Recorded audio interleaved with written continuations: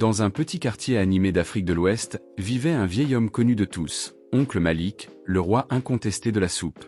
Tous les soirs, à partir de 18h, une file interminable se formait devant sa petite gargote faite de planches et de tôles ondulées. Femmes, étudiants, chauffeurs de taxi, policiers, tout le monde s'y pressait. Sa soupe? Un miracle.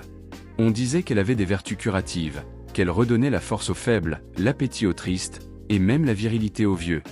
La viande, surtout, était son secret.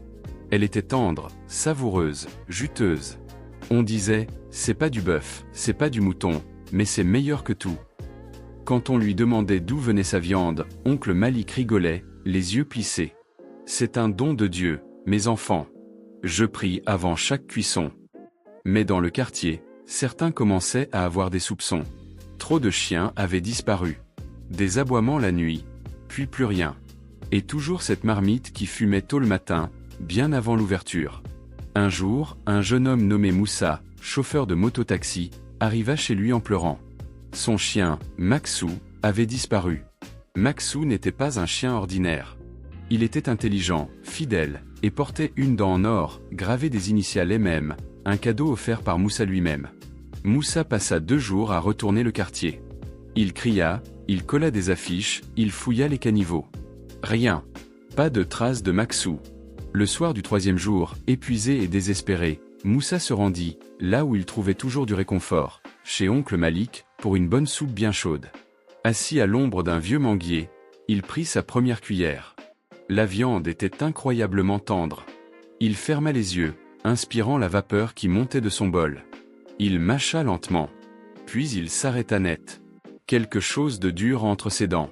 Il recracha. Dans sa main, une dent en or, tachée de sauce rouge. Il la regarda de plus près. Gravé dessus, il lut « MM ». Silence. Le monde s'écroula. Moussa hurla. Il renversa sa table. Il sauta par-dessus le comptoir et attrapa Oncle Malik par le col. « Dis-moi que c'est pas Maxou ». Le vieux resta muet. Mais ses yeux disaient tout. En quelques minutes, tout le quartier était là. Les gens exigeaient des réponses. Ils fouillèrent l'arrière-boutique, soulevèrent les marmites, regardèrent sous les tables. Et là, l'horreur. Une pile de colliers de chiens. Des os étranges. Un congélateur rempli de viande non identifiée. Et, posé sur une étagère, un cahier. Une sorte de journal de bord, avec des noms de chiens, des dates et des recettes. Booba 3 mars, soupe aux oignons. Rasta 10 avril, sauce arachide. Toute une série de plats du jour. La vérité éclata. Oncle Malik cuisinait du chien depuis des années. « Mais au moins vous avez bien mangé !» s'exclama-t-il en riant nerveusement. Mauvaise idée. La foule, déchaînée, le poursuivit à travers le marché. Des tomates volèrent. Des marmites furent renversées. Une femme lui lança même un pilon en bois.